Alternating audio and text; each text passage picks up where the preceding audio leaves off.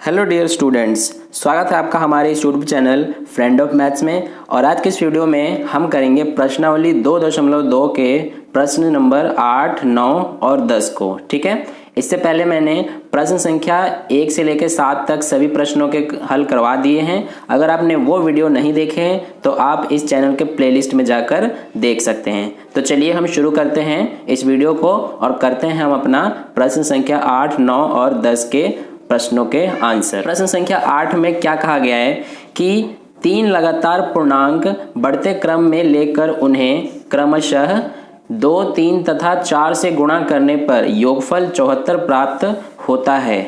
तो तीनों पूर्णांक ज्ञात कीजिए। तो देखिए इसको किस तरह से हम हल करेंगे। सबसे पहले हमें तीनों पूर्णांक नहीं दिए गए हैं तो हम क्या करेंगे, मान लेंगे। माना पहला पूर्णांक बराबर x। अब देखिए क्वेश्चन में एक चीज बोली गई है कि 3 लगातार पूर्णांक बढ़ते क्रम में लेने हैं, यानी कि अगर हमने पहला पूर्णांक x माना है तो इसके बाद लगातार बढ़ते क्रम में क्या होगा, x + 1 होगा, फिर x + 2 होगा, इस तरह से। तो ये हो गया हमारा पहला पूर्णांक x। अब इसी तरह से दूसरा पूर्णांक मानेंगे। माना दूसरा पूर्णांक बराबर कितना होगा, x + 1। इसी तरह से तीसरा पूर्णांक क्या होगा हमारा, x + 2। तो ये हो गए हमारे तीनों पूर्णांक हमने मान लिया। अब हम इसको करेंगे प्रश्नानुसार, यानी कि प्रश्न में दी गई संख्याओं के अनुसार।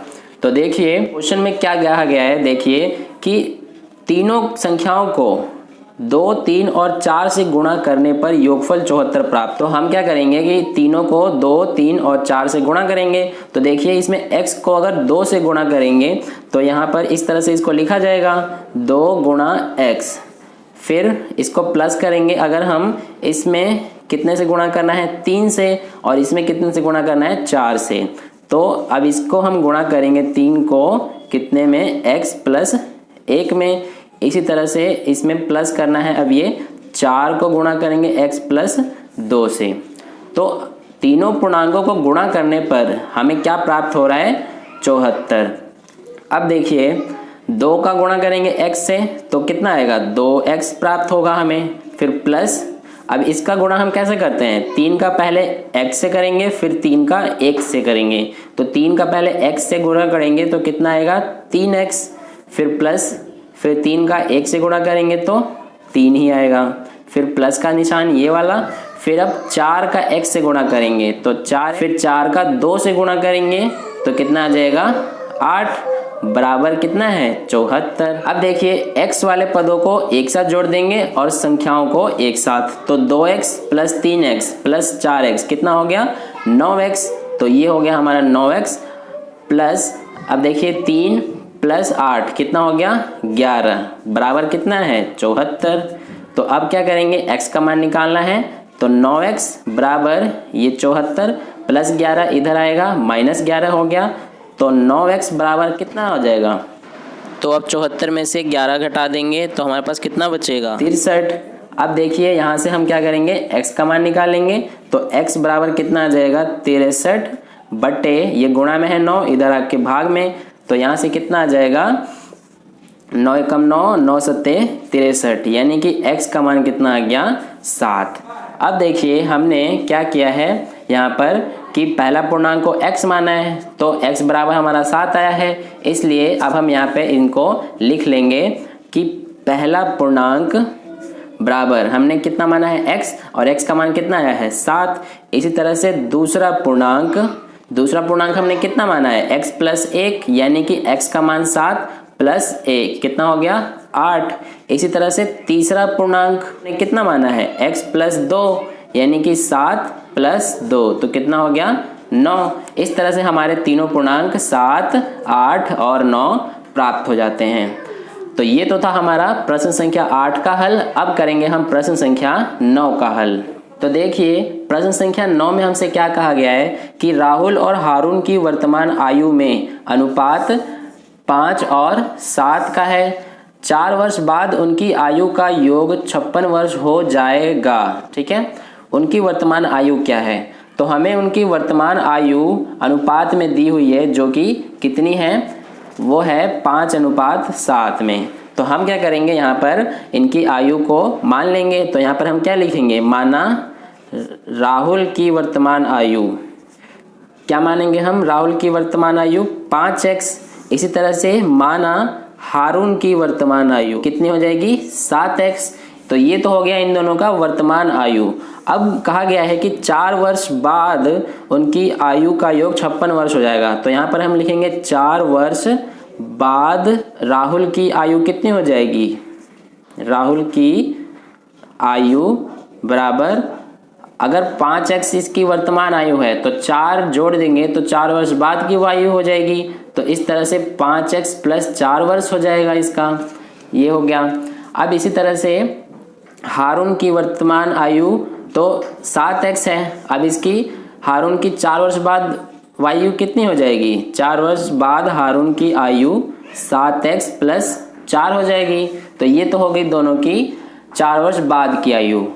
अब हम क्या करेंगे, इसको प्रश्नानुसार,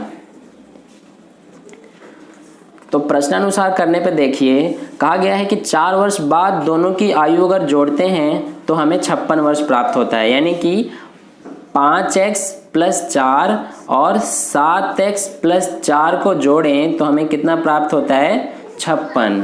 ठीक है, तो अब हमें क्या करना है कि x वाले को एक साथ जोड़ देना है, 5x + 7x कितना हो जाएगा, 12x, और 4 और 4 8 बराबर 56।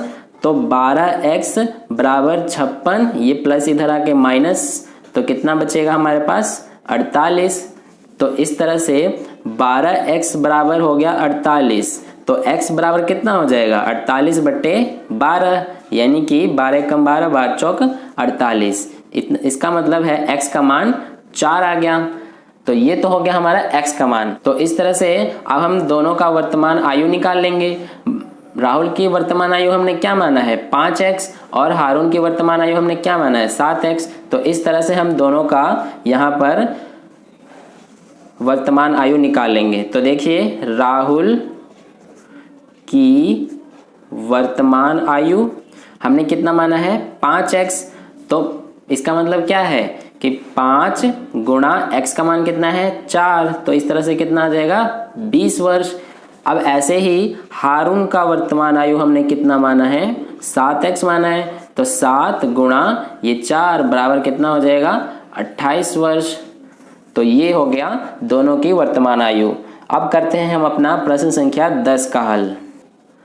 तो देखिए प्रश्न संख्या 10 में हमसे क्या कहा गया है कि किसी कक्षा में बालक और बालिकाओं की संख्याओं में अनुपात 7 और 5 का है। यदि बालकों की संख्या बालिकाओं की संख्या से 8 अधिक है तो कक्षा में कुल कितने विद्यार्थी हैं। तो इसमें हमसे कक्षा में कुल विद्यार्थियों की संख्या पूछी गई है।